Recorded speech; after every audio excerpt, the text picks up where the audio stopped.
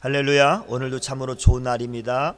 이 시간 말씀을 듣는 모든 분들에게 하나님께서 은혜 베풀어 주시기를 원합니다. 오늘 본문 역대하 11장 1절에서 12절에 있는 말씀은 북이스라엘이 분열한 데 대한 르호보암 왕과 백성들의 반응에 대해서 말씀하고 있는데요.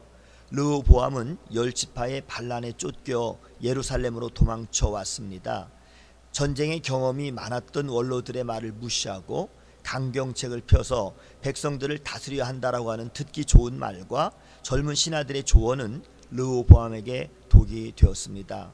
예루살렘으로 쫓겨온 르호보암은 자신에게 굴복하지 않고 반역한 10지파를 무력으로 제압하고자 유다와 베냐민에서 정병 18만 명을 소집해서 10지파들과 싸워 나라를 회복하려고 하였습니다. 그때 동족 상잔의 피비린내 나는 전쟁을 원치 않으셨던 하나님께서 하나님의 사람이었던 스마야를 통해 르호보암과 유다와 베냐민에게 하나님의 말씀을 전하게 하셨습니다.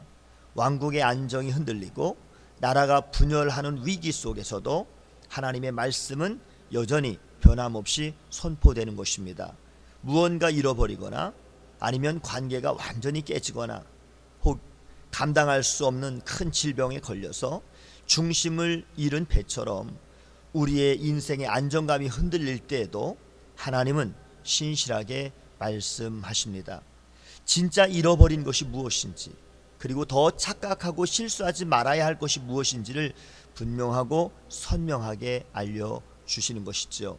스마야를 통해서 하나님의 말씀의 내용은 이러한 일은 하나님께로부터 난 일이다.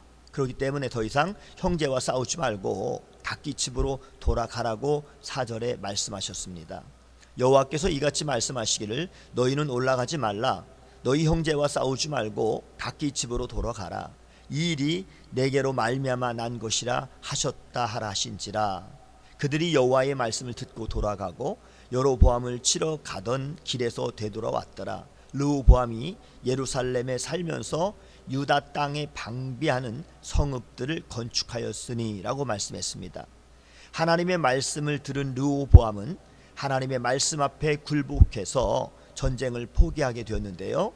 이는 인간적인 방법과 세상의 방법을 포기한 것이며 인간적인 욕심을 내려놓고 하나님의 뜻에 굴복한 것입니다.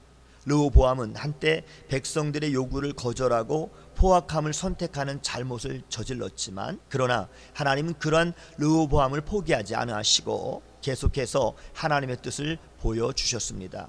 하나님은 우리에게도 동일한 은혜를 주시는데요, 우리의 허물과 실수에도 불구하고 하나님은 날마다 하나님의 분명한 뜻을 말씀과 기도를 통해서 우리에게 보여주시기에 우리들은 하나님의 뜻에 순종해야 하는 것입니다. 르호보암은 남북의 분열이 하나님의 뜻임을 인정하고 남유다의 많은 성읍을 건축해서 요새와 함으로 국방에 치중을 하였습니다. 베들레헴과 에담과 드고아는 예루살렘 남쪽에 가까운 성읍들로 예루살렘을 방어하는 중요한 요새들이었고요. 벳슬과 소고와 아둘람은 베들레헴과 에담과 드고아를 방어해주는 성읍들이었으며, 또 가드와 마레사는 서쪽 이 블레셋의 침공을 방어해주는 성읍들이었고, 아도라임과 라기스는 남쪽 이 애굽의 침공을 방어하는 성읍들이었습니다. 그리고 소라와 아얄로는 북이스라엘의 경계에 위치한 성읍들이었습니다.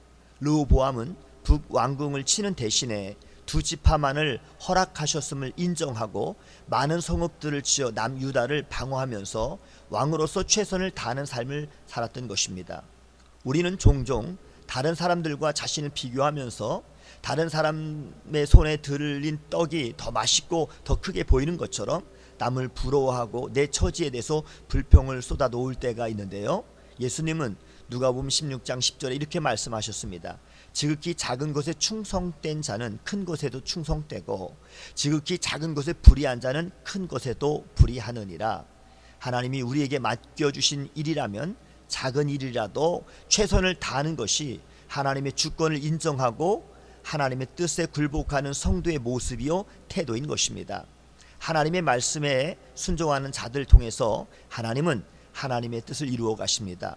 르호보암은 더 이상 욕심 부리지 않고 자신에게 맡겨진 두 지파를 위해서 최선을 다함으로 하나님이 남유다를 강성하게 하시는 은혜를 경험할 수 있었습니다.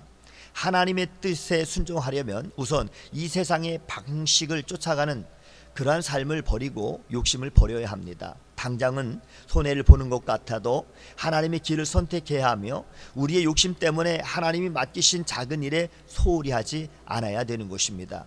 내가 지금 있는 곳에서 하나님께서 맡기신 작은 일에 열심히 충성을 다할 때 하나님은 그것을 보시고 큰 일을 맡기시며 더 큰 축복으로 강하게 축복해 주시는 것이지요.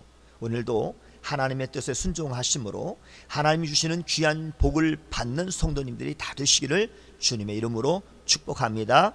샬롬.